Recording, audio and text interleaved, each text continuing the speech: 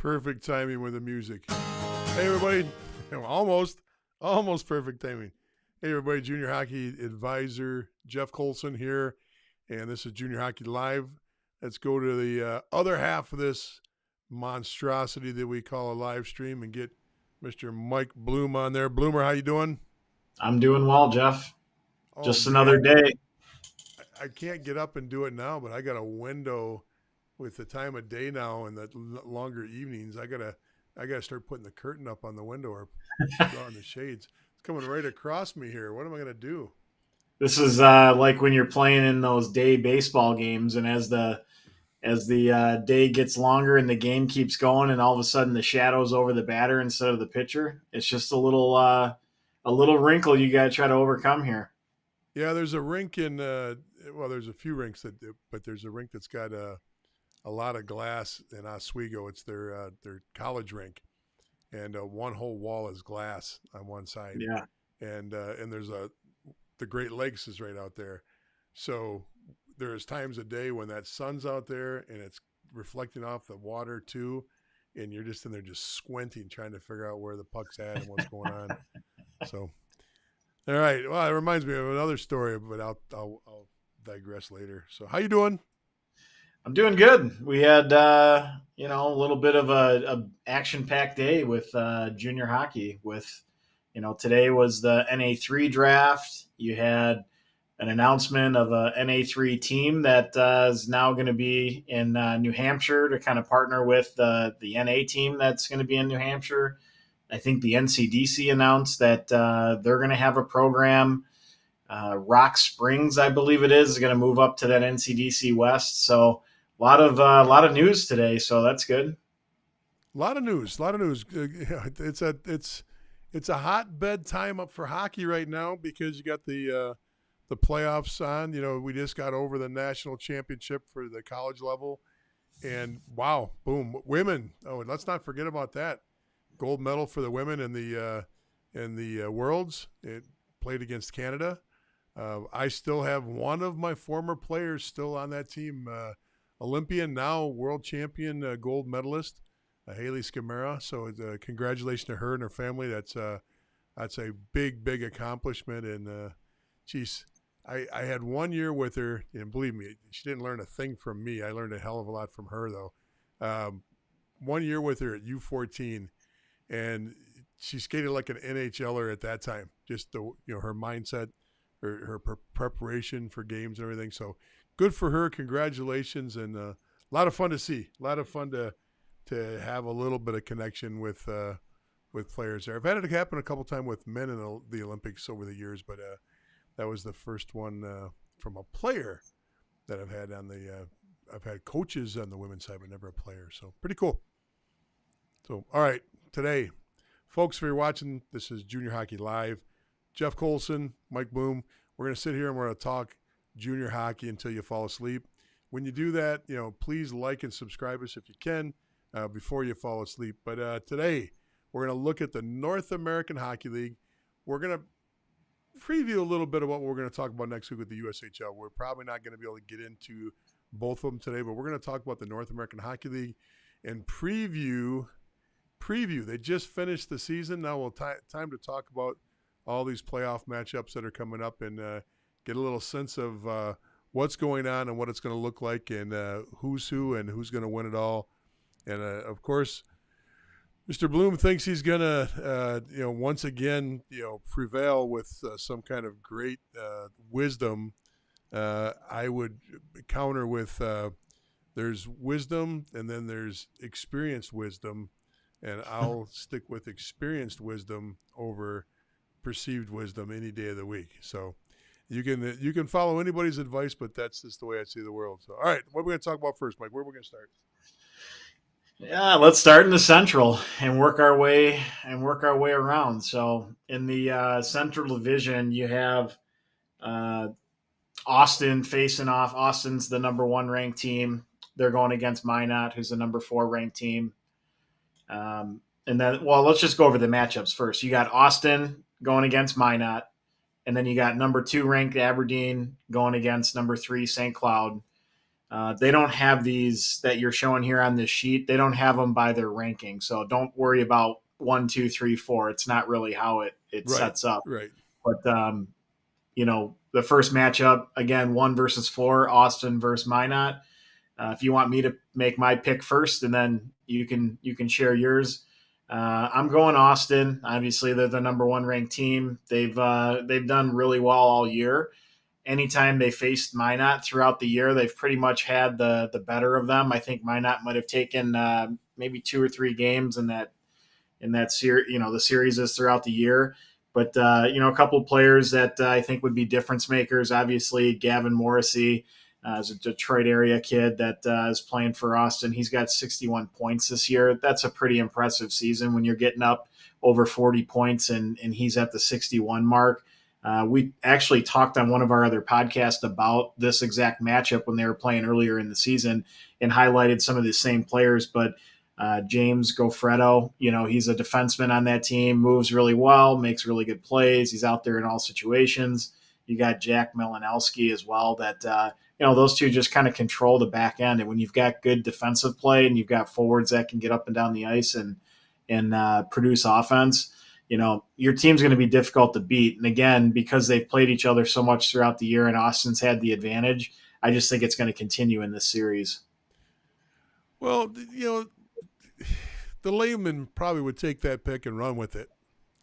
I'm going to go with the underdog on this, and the reason is I like teams that are hot. I like teams that are finishing strong. And if you look over to the far right column, right above your head, right above that ridiculous Detroit Lions hat that you have on, and you move up to the last 10 games, you'll see that the Minotauros are 7-3 in their last 10 games. Austin's 3-4. Now, granted, there's a good chance that Austin's just sliding into the playoffs. They're ready to go. Maybe playing, some players or resting some players, maybe giving some guys some time off. There's a very good chance of that. I looked at the last few game sheets to try to see if that was the case. I didn't pick out any noticeable, they sat their top 5 guys kind of thing. And every player is going to be without players from time to time because you have injuries. That's so if they're missing a guy or two, they got to learn to play with that anyway, either team. But I just like a team that comes in hot. One thing about if we look at this Minotauros roster, and I'll show you the other roster too. Once you get past Hunter Longy, which he's having a phenomenal year, 71 points. That's a good year in any league for any team. But look at the consistency there. Now, You got especially to. sorry, I do that all the time. Okay, there's Hunter up on top, and we can see he's just knocking it out of the park. But on the downside of Hunter is 22 of those points, so a third of his production is coming on the power play. If their power play is not hot, he's not going to be hot. But then I go down the list and just look from him on down, especially when we just go into the goals, if they're going to be successful and pull this off, it's going to have to come from their top 3. They don't have a lot of depth in the scoring department. You only got 6 guys in double digits. Now, I did not do this ahead of time, but I'll do it now. Let's go back up and look at your pick, which is Austin, correct? Yep. Oh, I got to put it into regular season play and hit submit. Sorry about that. Okay, now we just go in that goal department on Austin's team. And those double-digit scorers, man, they're 7 deep, and there's a lot of points on this team, a lot of points overall. I look at this and I go, okay, what's the difference between the two teams? What makes up the difference? And right now, it's just one team is playing really, really good and one's not. If you're going on just firepower, you've got to take, this team. You've got to take Austin. There's just no doubt about it. They've got a lot of points up there, and they've got a lot of good players. I mean, there's no doubt if you're going to pick that team on just firepower, that's the team you take. I would argue, and I'm going to see if I can pull up the report quickly for you without going too deep into this. Here's our special teams report overall. And we're going to go into the Robertson Cup. Or not the Robertson Cup. We're going to the regular season. And hit submit. So here is the power plays overall. Once again, you're taking Austin at 18-4. There's a slight edge on that power play, slight edge on it. Why not? So if they get hot, and it's a penalty-ridden game, there's a chance that this goes the opposite direction. But again, you could argue and you could counter, and I know I'm taking this right out of your mouth, so you don't get a chance to say it. But Austin's got a pretty good PK. They're Exactly. the second best in their division, but it's not a daunting one. 84-6 is not an 87-5 like St. Cloud. I mean, it's good, but it's not great, So that's my Well, you thoughts. got that Scotty Bowman metric where if your power play percentage and your PK percentage are equaling 100 or above, you're in a good spot. And Austin's do. Minot's do not. You're off by 1.1. Okay. You're either there or you're not there, Jeff. Ooh. You know what? Looking at your little square there in the corner, this could be our most successful show because we almost can't see you at all. That's great. That's great. I'll just leave it like that. You just gotta speak, don't you? Yep. Okay. There it is. You actually look good today. I gotta admit. That's the way we're going the rest of the show. Just like that. All right. All right. Let's move that's on. my thoughts on that. I mean, look, there's going to be some good hockey coming out of that division, and that's going to be excellent to watch. I'm looking forward to watching it across the board. You're going to see good hockey. That's all there is. Yep. You're going to see good hockey across the board. So I hope everybody enjoys these playoffs, and especially there. All right, what are we going to do? Go to the next division? No, we still got Aberdeen versus St. Cloud. Yeah. Okay, so Aberdeen's the number. Why don't you go since I went first last time? I'll let you go first. I like to talk about who's hot and who's playing great hockey. That's one of the biggest things going into playoffs that anybody looks at from the NHL on down. And I'm looking at this right now and saying, if you look at their past 10 games, 5-4 0-1, 4-4 1-1, not much difference there. You look at their overall season points and the number of points that they've got. Aberdeen's up by 1 point. You look at the plus minus. That's where we really see a difference on these two teams. You got one team, which is Aberdeen, that's -1, which is Austin's sitting at a plus 36, and that they're the best. Only Bismarck is the only other team that is plus in this division, which is kind of bizarre because Bismarck didn't make the playoffs. But you look at the two teams, Aberdeen's -1 and St. Cloud is a -21. I got to take Aberdeen on this. And if you throw in the coaching and the fact that you got a coach there that's been there numerous times, knows how to coach at this level, knows how to coach playoff hockey, might not be the most personable guy. You might not want to hang out with him at a wedding reception or anything, but he's still the guy that's going to win this. And I think Aberdeen does this. And I think they do it in style. I don't even think it's going to be close. Yeah, I think when I went into it, like I think coaches matter, and Langer is, I think, the winningest current coach in the North American League. So he's been around the block, and typically I would have taken them, but he also was in a different league and came back into the league this year to coach the team partway through. So, there are guys on this roster that are not his guys. So he's basically trying to do what he can with the roster that was already there. So based on that factor, and I got some former players on the St. Cloud team, one of which is, one of my favorite players of all time, Ryan Thomas. I'm picking St. Cloud in the upset in this series. But it's a little more than that. I think some of the like the plus minus issue that you're pointing out, like that is definitely a problem when you're looking at how their team played. But they did make some moves to acquire some players that I think changed the way their team plays a little bit and has improved some of those metrics. I also think they have some younger guys on their team, in particular Andrew Clark, who's a St. Louis Blues, junior Blues kid, St. Louis area kid, who's a rookie, and he's got, I think, 46 points right now. So he's now taken a step, and instead of him really being a rookie at this point in the year, he's actually somebody that is, getting leaned on to, be somebody that can perform for that team. And they've got, Cade Peterson, 50 points. You got Blake Perbix with 49 points. So they've got some players, that can actually score and, put in the offense. So, let's see what it goes. I think it's hard to always, like I said, pick a team against a coach that's as seasoned as Langer is. But if I'm going to do it one year, this is the year. You think? You think? I might give you that. I might give you that. Whoops, wrong side. There we go. Another stat we should look at because it kind of goes counter to my argument, but I'm sticking with my picks because of the amount of power play opportunities they get.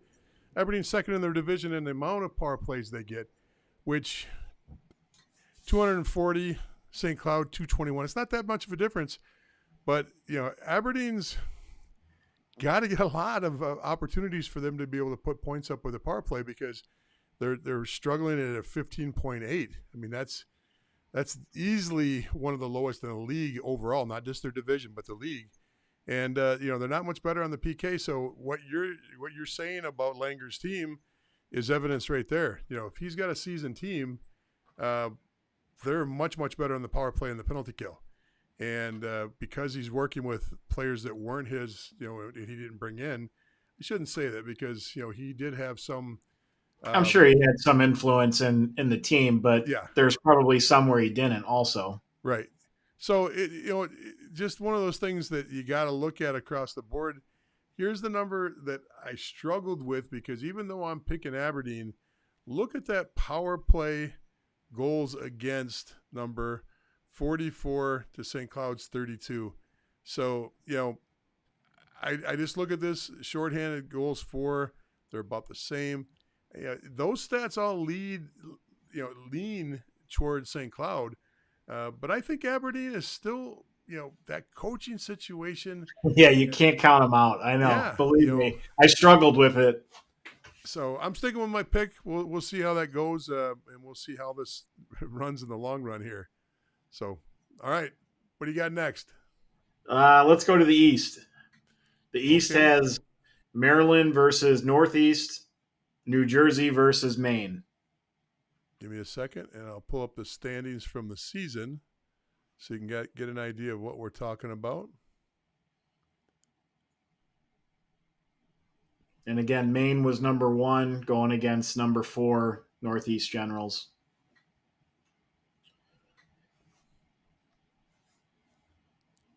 This was a tough one also, to be honest with you. I think Maryland sits on top of that division, correct? Yeah, they're number 1. And I think they've pretty much been number 1 in that division throughout the whole year too. Yeah. There we go. For me, they're deep. They've got 6 players over 40 points, which is a lot. Some of the better teams that have high offenses, they've got 4 or 5 guys. They've got 6 that are above 40 points. And then they've got like 7, 8, 9 that are pretty close, like right there to 40. So, they can definitely put the puck in the net. So they're deep. So the depth on that team makes it very difficult for other teams to go against. And there may be some better players on other teams that are better than like the best player on Maryland, but because of that depth, I mean, it's like every time over the boards, you're seeing a quality line that's given everything they can, that they're really difficult to beat. So, I got them going, to the next round, beating Northeast. I think their goaltender, William Hankinson, is really good. I mean, he's a Swedish kid.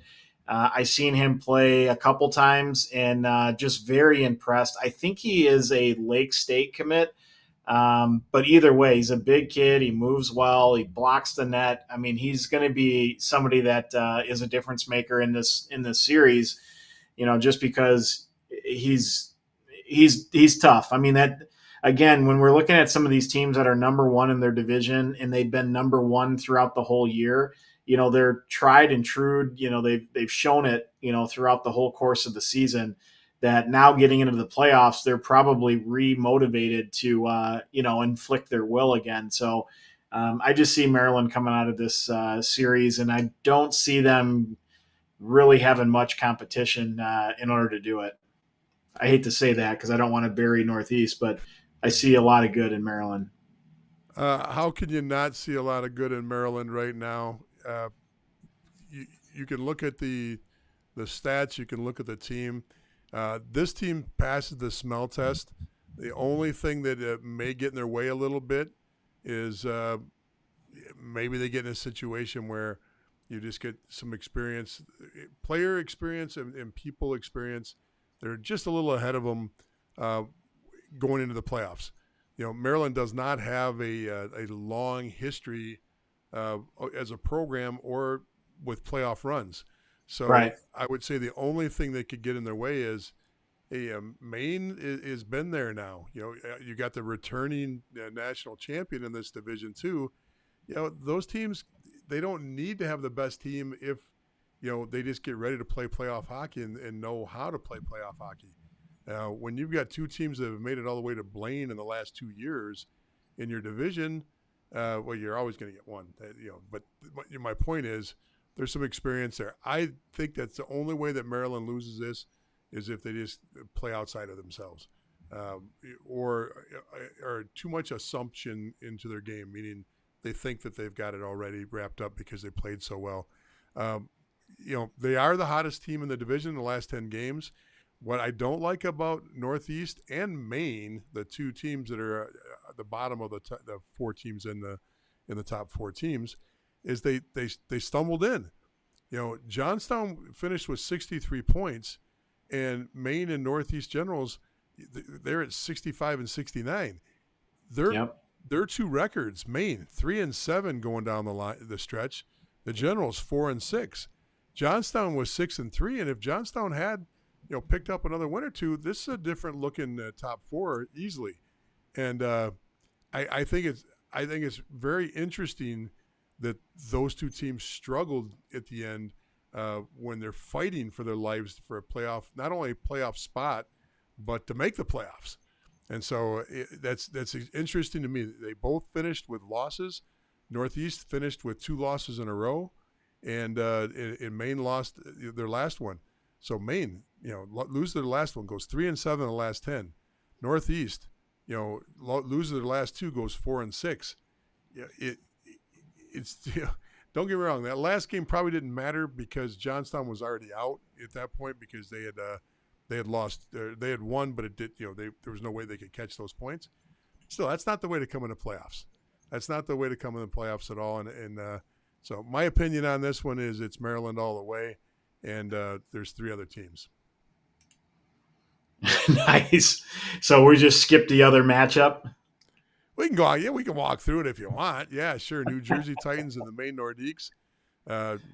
Go. You go first. Well, I'm actually going to take the underdog. I'm going to take Maine over New Jersey, even though New Jersey's the defending champions. I think they had some turnover on their roster in New Jersey. They still have some of the guys that were a part of that team, and they actually have had a good season. Watching Maine and at the beginning of the year in Blaine, and then throughout this year, I really like the way they play. The way they move the puck, the structure that they play with. Is it perfect every time? No. You're obviously seeing they kind of limped into the playoffs, so that there's something to be said for that. But I just have a feeling like I just like the way that team plays. The other thing, I was looking at their stats.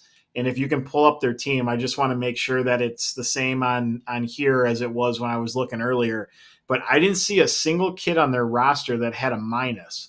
And any other roster, you're going to see guys that have minuses, whether they played a couple games or whatnot. I didn't see anyone on their roster that had one, which was just really bizarre to me. Except for the guy that only got 2 games. But, yeah, you're right. They're regular there's players. One there that had a minus, but there's no other player that did. And I think that goes to, show like maybe the the way they play is a little bit more defensive minded, but then they have the scoring ability to make sure that they're putting in more than they're giving up. And that's a metric. I know people in the whole analytics world are starting to get away from plus minus, but when you're not seeing that in any other team but them, there's something to that metric. And, that's why it's not why I'm going with them, but again, it kind of, rolled up into all the things I think about their program and their team for this year. I'm going with them over New Jersey in an upset. Well, I would agree with you. That's a nice stat, but the reason why I would say that stat doesn't really mean much is go back and look at the two teams' goal differential overall. New Jersey Titans plus 45, Maine Nordiques plus 20. So they scored relatively the same amount of goals. They had 212 and 208, but the big difference is what they give up. And so, to me, what you have to do then is the deeper dive into that is looking at special teams. Is it because they all those players got ahead in their plus minus, and then they're giving up goals on the special team? So you only see the goals they score for their team, is a plus. And if your team gets scored on, and that's interesting, and we might as well look at it right now. Let's look at special teams for this and see if we've uncovered something or if it's just Jeff making up crap. One way or another, we'll see. What it typically means is they're really good 5-on-5, and if they're giving up goals, it's on the PK and things like that. Yeah, but if their power play is giving up all the goals, and that's where where they're weak at, so they're plus. What I'm saying is, if the other team scores on a power play, it doesn't affect you as a negative on your plus minus. So you could have your best player on the team look great, or your best 10 players on the team look great plus minus wise if they're giving up all their goals on the special team. So just looking at them real quick, Maine here, as far as their special teams, did I pull up? No, I don't have special teams. No, you got to click on it. Got to click on it. So their power play is clicking off at 26. Their PK, though, that might be worse than the league compared to Danbury. So there's why your differential looks so good, and that's a deceiving stat at times because they're stay out of the box. Yep, that's they're giving up a chunk of goals on their PK is giving up a chunk of goals. So even though they're still giving up the goals, they're just not showing up on the individual players plus minus. So that's all that is. Yep. So that's a stat you really can't rely on. Well, you can. Nice try. Nice try. You can definitely rely on it. You're just pointing out why it is the way that it is, not that it's still an advantage. It's not an advantage when your penalty kill is at 75%. There is no advantage. Okay, but if you're playing 100% of the game 5-on-5, they have the advantage. Okay, so what's the other thing to look at? You look at power play opportunities, 176, and they're going up against a team that's got 237. So it looks like Northeast, if they draw penalties, they draw more. So that puts them in the advantage right there. I won't want to see Maine on the power play because clipping off at 26, they've got a great power play, but boy, they just don't know how to kill. They might not even put anybody on the ice. I mean, at 75%, they might just give them shootouts, let all those four guys just go on there and bang away at the goalie. I don't know what's going on there. But anyway, they're still above the 100% mark, baby. Yeah, you can keep living with that 100% mark. Scotty Bowman, the best coach of all time, they say. Yeah, he came up. The one thing about it is, if you do enough research on Scotty Bowman, you'll realize that everything he's done the opposite of it too. When nobody else was running man on man down low, he was running man on man down low. When nobody else was running left wing lock, he was running left wing lock. But when everybody else started doing it, he moved away from it and would be the first one to bash it. So the one thing you got to be careful of anytime you quote a Scotty Bowman thing is there's usually the same quote on the other side of the argument. Not because he's political. It's just that, after, 98 years in the league or whatever he was in the league, he'd actually tried to, innovative guy though. Geez, doing things that It started back in Montreal. I mean, he was trapping before the New Jersey Devils. Everybody, credits the New Jersey Devils, which was all a bunch of Montreal Canadian guys coaching the team at the time, and Lemaire was part of the management and the coaching there. Everybody credits them in the '80s of being this shut down, lock, play D zone team, and it was because they didn't have a lot of great upside talent for scoring, and they did lock you down. They had Brodeur and net, but they got credit for this man-on-man defense down low and trapping and all this stuff. No way. You go back and you look at the '70s. That's when Scotty Bowman was doing this stuff in the Montreal. Didn't get any credit for it then until he became much more developed and respected in the league. Remember, everybody thought he was crazy at first. He had a steel plate in his head and from juniors getting cracked in the head and having surgery. Never played pro, so nobody gave him any shot of ever being a good coach. He showed them, didn't he?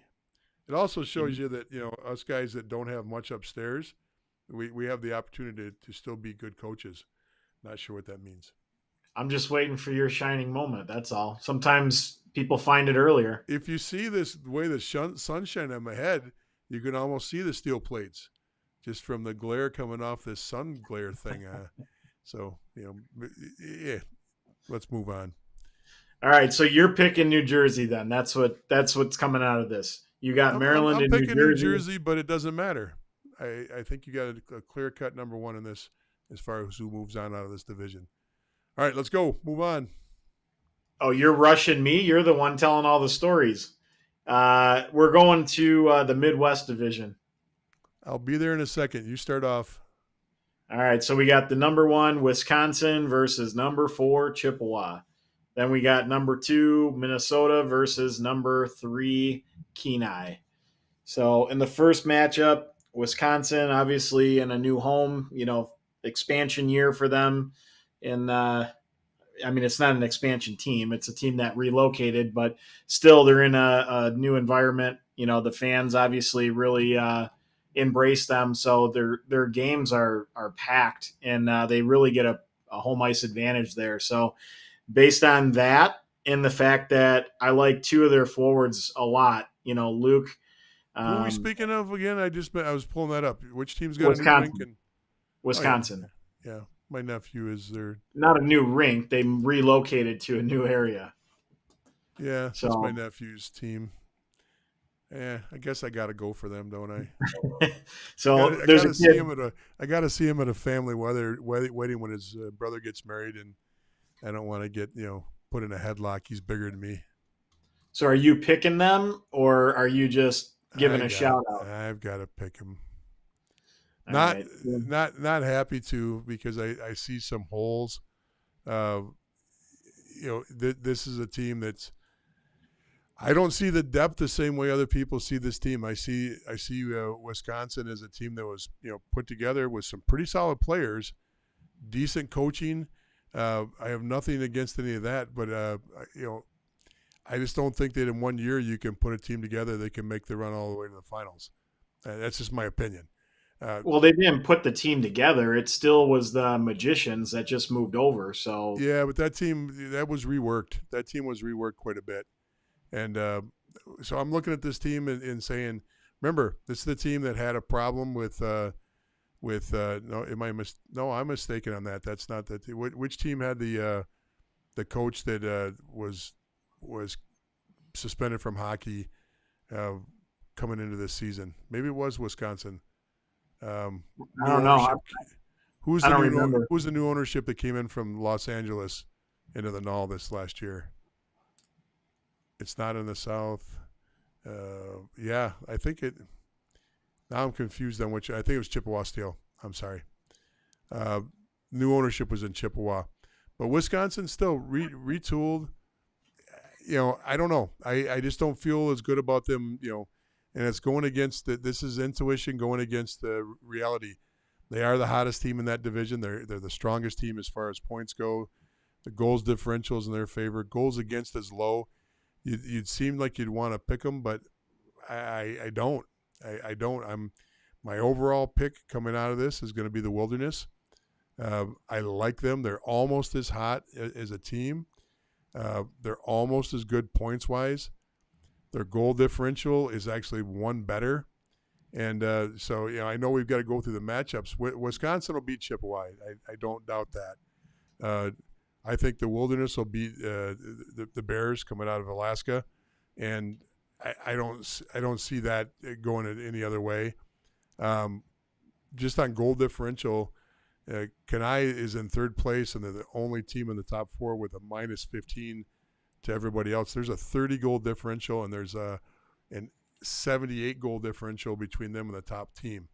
And between them and the Wilderness, there's a 37 goal differential. That's hard to overcome. That's really hard to overcome. So, I'm looking at this as, a situation where, Minnesota Wilderness walk out of this division. Wow. I like the way you just threw everything all together in your predictions. So we went through just a high of a matchup into who's coming out of the division. Well, why not? Why not? I don't want to spend 3 hours doing this preview show. We're already 37 minutes in, 38 minutes in. Figure we'd speed it up a little bit. Yeah, mine as well. It won't distort it at all. All right. Well, I guess we can break it down slower, but that just takes minutes. I just thought I'd throw it at you and let you know who's coming out of that division. Did it the last two? I did this the last division too. We didn't do that for any of the other divisions. Yeah, so I did. I did it. I just did it when we talked about Maryland. Well, that's the first one you picked to do it in. We didn't do that for the Central. So anyway, let's get back on track. Aberdeen. There you go. Yeah, we might as well. We might as well just say who's winning it all, and then take a couple weeks off and not have a podcast. That's going to be tough because we got to talk about the South now, and this is the tough one. Go ahead. You got Oklahoma versus Amarillo.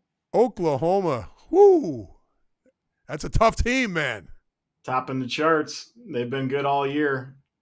And then you got Lone Star versus Shreveport. Obviously, does it get better than that? Let's talk about Oklahoma and Amarillo first so we can spend some time. First of all, shout out to a couple of things. First, before we get into those top four, New Mexico. Holy smokes, I wasn't expecting that. The two teams in front of them go 8-2 and 9-1 to finish the year. New Mexico goes 4-5. New Mexico was a month ago was a lock to be in the playoffs. It looked like they were going to fight for the top. They were in a really good spot, and just didn't have the ending that I expected. Would have never picked them as being the fifth place team in this division. So really, really, it's got to be a frustrating and upsetting year for them after making it all the way to the Final Four last year. Right. That's got to be a real kick in the pants for them. Good program, good coaching, good ownership. Sad to see, but that's hockey. The other team that made a run and made a year out of it is Odessa. Odessa's been really, really weak for the last few years, and they had a run. They had a run. They had a shot at this. Ended up 6-4, but you got to look at who they were playing. They were playing some tough teams there at the end. They were playing the top of the league there at the end. But compared to where they were, if you remember, Odessa was light years away from even being a playoff contender. 1 month, 2 months, 3 months into the year, and really found a way to start fighting back and winning some important games. So it didn't quite get there for them, but boy oh boy, it's nice to see them. 7 points, 8 points out of making it into the playoffs, but still they're in that last month with hope. I mean, the hope didn't end until a few games before the end of the year. So that's got to be a good feeling for them. I congratulate both those teams for more so to Odessa. I kind of feel bad for New Mexico, but Odessa put something together that was pretty cool this year. Yeah, I think Odessa really turned the tide last year. Just watching them play, I always walked away, anytime our team was playing them or I was just watching them, I'm like, oh my God, are they fast? Not only do they skate fast, but they move the puck, which makes them faster. And, they were fun to watch. And last year they just kind of fell short. This year, again, they they were in the thick of it for almost the whole season, right up to the end there. So, credit to, Coach Dewar over there. He's getting that program into a, playoff, contending type spot. So that's pretty impressive. All right. Thoughts. First one. Let's talk about that. Let's talk about the easy one. Oklahoma Amarillo. Yeah, I mean Amarillo's on quite the heater, leading into the playoffs. So it's almost like if they can keep that going, maybe they can knock off Oklahoma. But Oklahoma has been so good this whole season that I just can't pick them to lose, especially in the first round. So I think they're gonna, step back up, get back into playoff mode again. Some of these teams that have been good for this long throughout the whole season, it's just natural to take your foot off the gas a little bit because they could, and the Brahmas or Shreveport or anybody's not going to catch them. So their natural instinct is to take your foot off the gas a little bit. So I think they'll step it back up and be able to take care of business and move on. Agree. Oklahoma is strong. They're deep. They play well. They play well on the road. That's something we haven't really talked about much. That becomes a big part of the, playoff run is being able to play on the road. But Amarillo, as much as they made a good run, they made it into the playoffs. They did a lot of things right. They are the hottest team, and I love going with that hot team.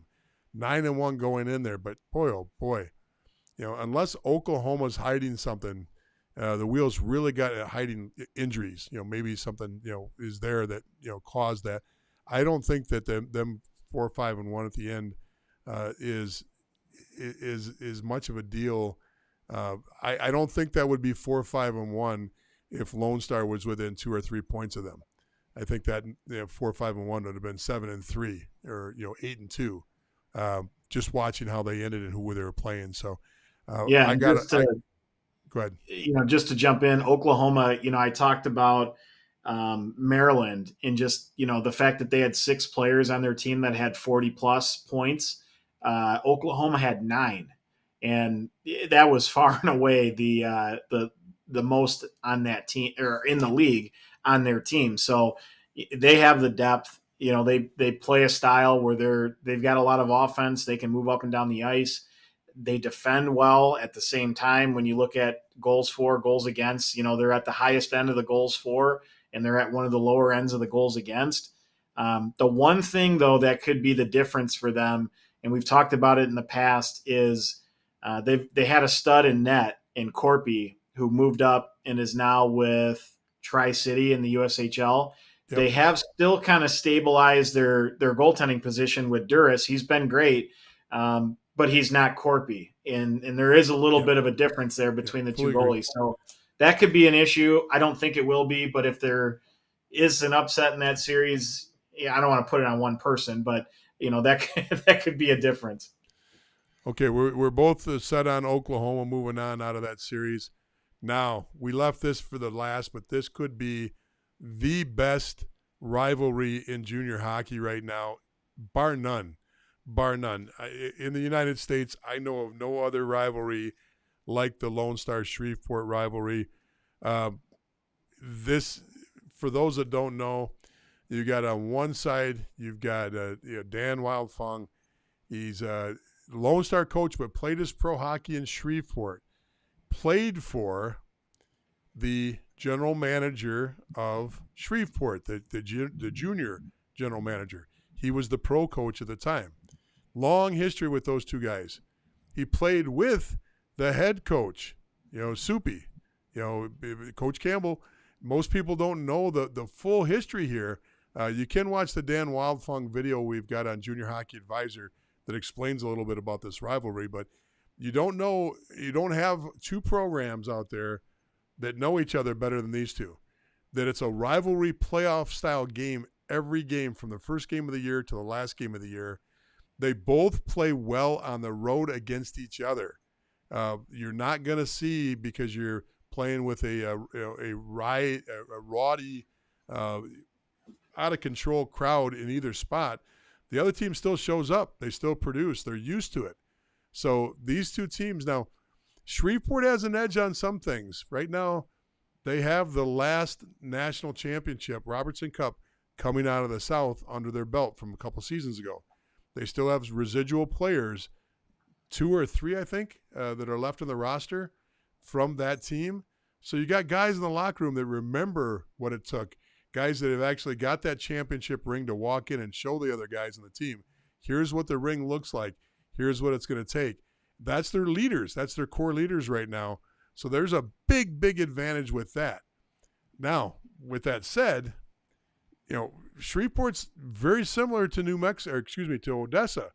Shreveport was down in the rankings at the beginning of the year, chiseled away. Nobody knew if they were going to be a playoff team at midpoint of the season. You thought, this is a bad year for Shreveport. Now you look at them, they arguably in the second half of the year were a top 2 team in this division. They played extremely well in the second half of the year. They finished the year 8-2 to Lone Star 6-3. Boy, oh boy, I got to pick them on this. I know where my heart is. My heart says I want Lone Star to win this. I see a lot of good things. I still think Lone Star has the edge with coaching. I think Lone Star's got the edge in net, but I'm looking at a team that's very hot, that's very competitive, and it's got a few of those national championship rings in the locker room. This is going to be a great series. Yeah. I think you throw the records out, you throw anything that happened throughout the year, anytime these teams play each other. So, when we look at all the stat lines like we do for a lot of the other matchups, like it doesn't apply to this matchup because everybody's going to be ready for each other. They've probably been looking forward to it for a while because for the most part, over the last few weeks to months even, it looked like these two teams, no matter what happened, there was possible Shreveport jumped Lone Star, but both teams are going to be 2-3 in the matchup in some way, some form. So 82 everyone's to 83 points. The points are close. They both have 37 wins on the year. Here's 2 stats though, and this is going to be the difference maker.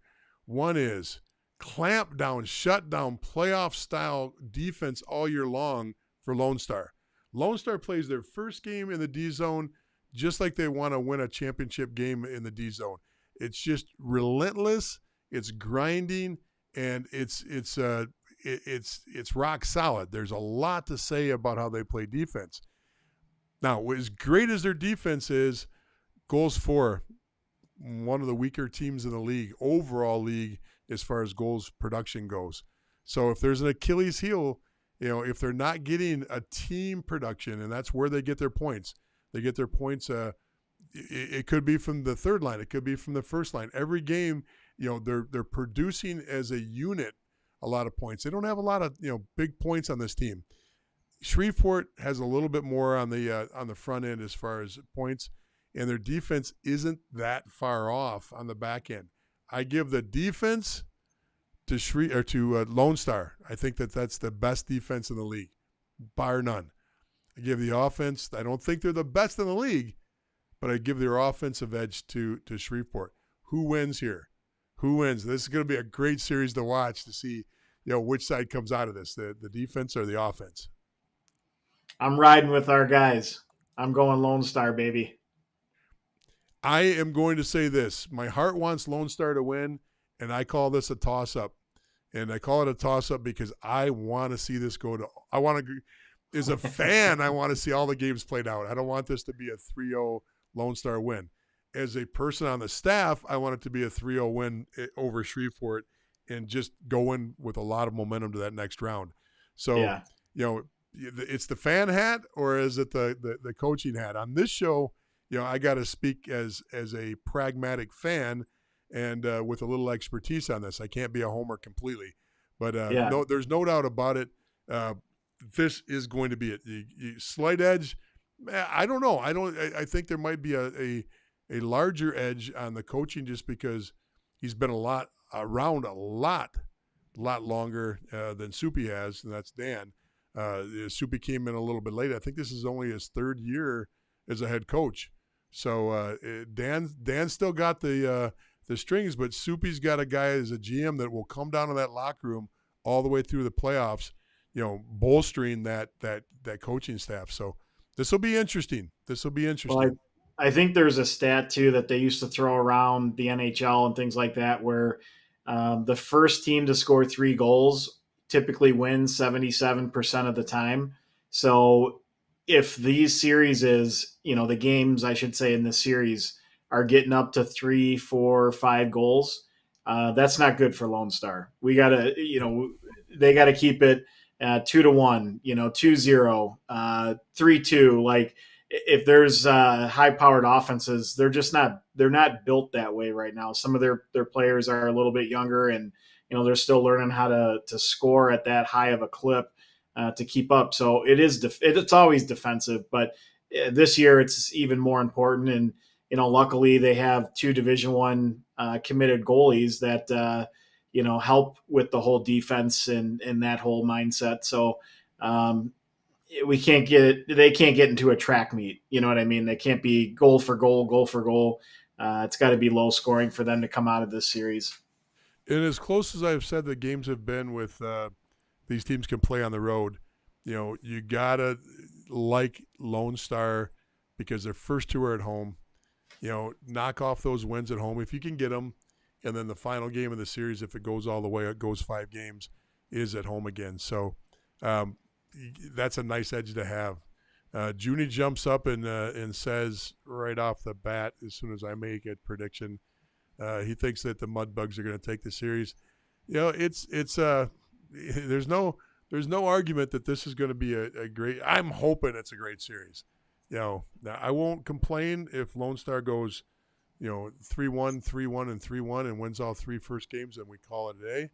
But I just think that this is going to be a fun series. Yeah, If I you're think when you look at all the different games that are being played, there's certain games, even for me, like working within the league, there are certain games that I want to watch. And obviously, even if I wasn't a part of Lone Star, that would be a game I'd always be watching. I think you're going to say something. Go ahead. I was going to say this is if you don't know the NAHL and you don't know the league and you want go to get your hockey TV subscription out and circle those dates, the 21st, the 22nd, the 28th, the 29th, and May 1st.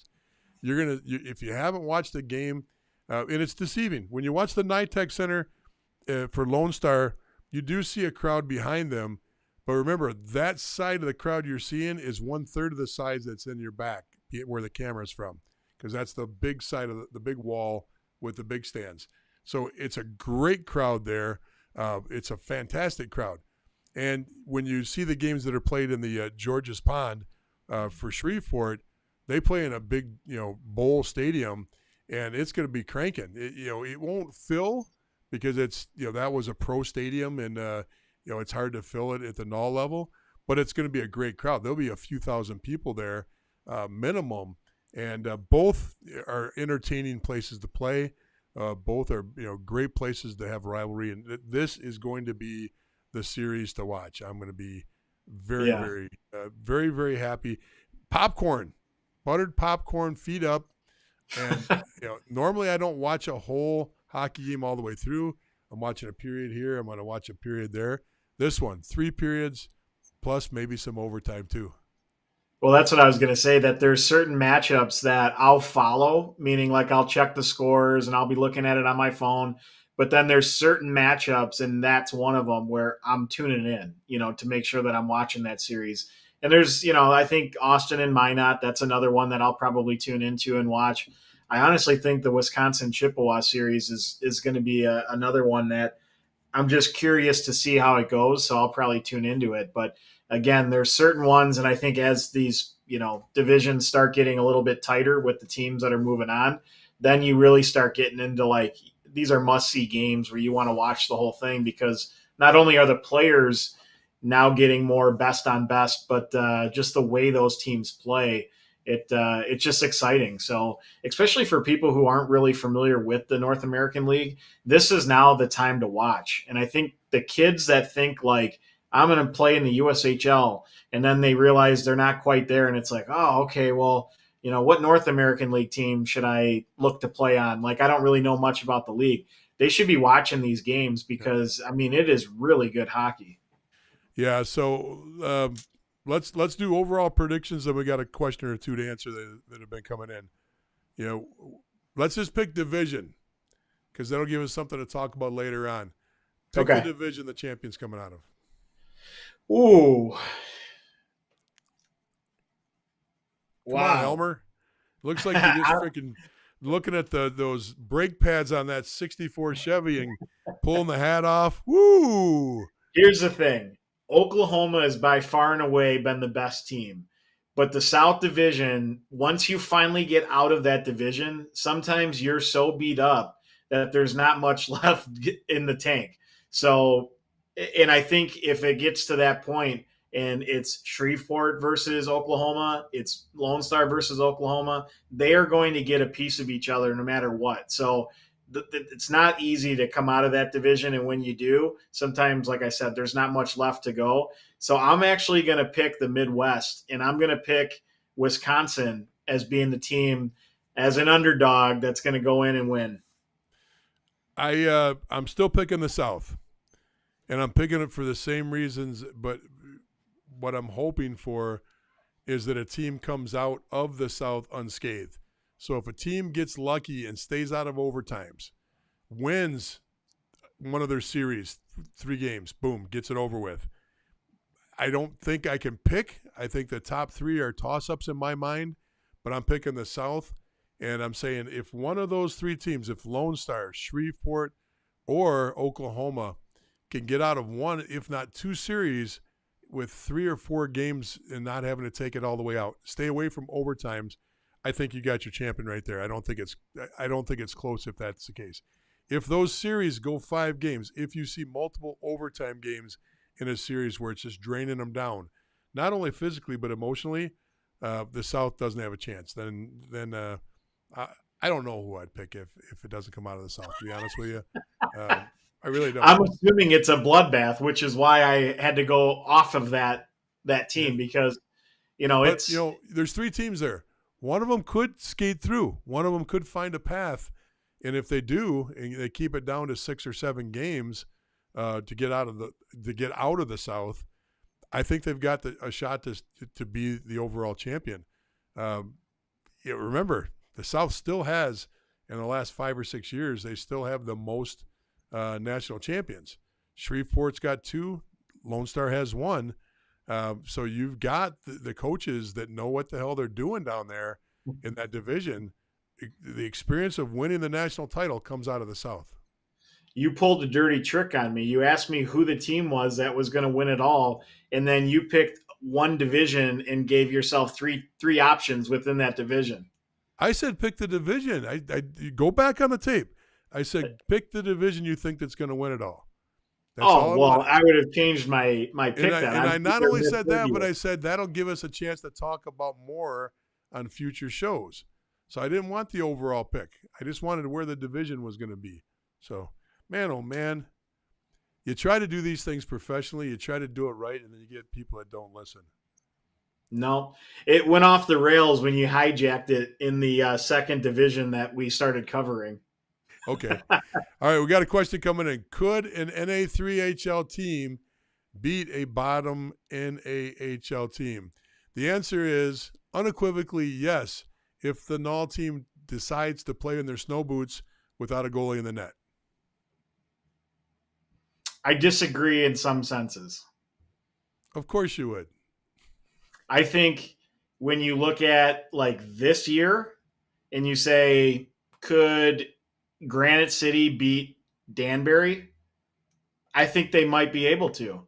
In a normal year, when you don't have an expansion team and things like that, maybe I don't think the same. But, when you look at Granite City, who won the NA3, and you see the amount of players they have on their team that played on other NA teams, you're talking about what you're saying, but here's where you're wrong. The question isn't could the best NA3HL team beat arguably the worst ever NA3HL or NAHL team. The question was, could a NAHL team beat could an NA3 team beat a low-end NAHL team? They didn't say the worst team. They said a low-end team. So if you just kind of average out what the low end looks like, there's still every one of those teams is still carrying D1 talent. Every one of those teams are still carrying guys that are not NA3HL players. They're a step above the NA3HL.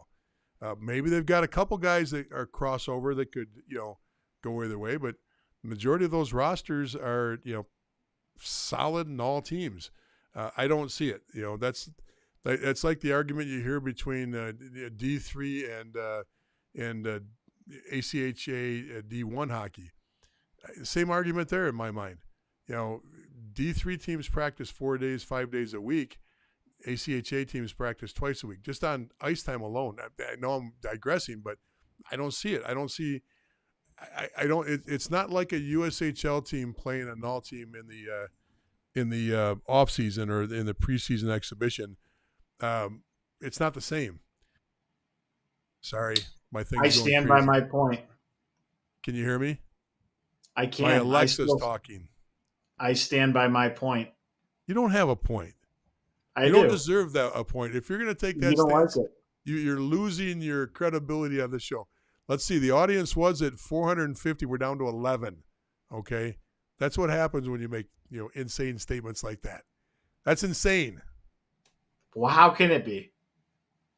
You just said that you believe that Danbury this year, which is a perennial one of the worst teams that's been in the league, we can't use that as an example. Well, I didn't say we couldn't use an example. They didn't ask you to the question wasn't posed to play the worst. It said one of the bottom teams or the bottom of the league. In fact, it was a bottom NAHL team. So if we pick just Danbury, the bless bottom their soul, they that is one of the worst teams. You probably would have a decent game. I'm still giving it to Danbury. They still get that top end of being in the NAHL, even though you're a bad team. You still have 4 or 5 players that anybody in the NAHL would take. There's still guys on that Danbury team that anybody would take. There's still guys. Granite City does not have a roster full of 4 or 5 guys on the top that any NAHL team would take. They might have 1 or 2 or 3, but it's not that deep to the point where every NAHL team is clamoring to get a Granite City guy. Otherwise, you'd see all those Granite City guys already. I don't even know. Maybe they are all tendered already. I didn't look at the tender sheet to see if they were, but I just don't see it. Well, when you look at that team that won, there was probably like 8, maybe 9 guys that played half the year in the NA, and then came down and they went on their run. So, again, I still stand by my example. Played in the NA or were rostered in the NA, big difference. Dude, we went through all the predictions and went through the players on that roster. And you were like, "Oh my god, yeah, that is a big difference when you got guys that have got 30 games in the NA." The 5 or 6 top guys, I fully agree with you with. But I said that top 5 or 6 guys, are good.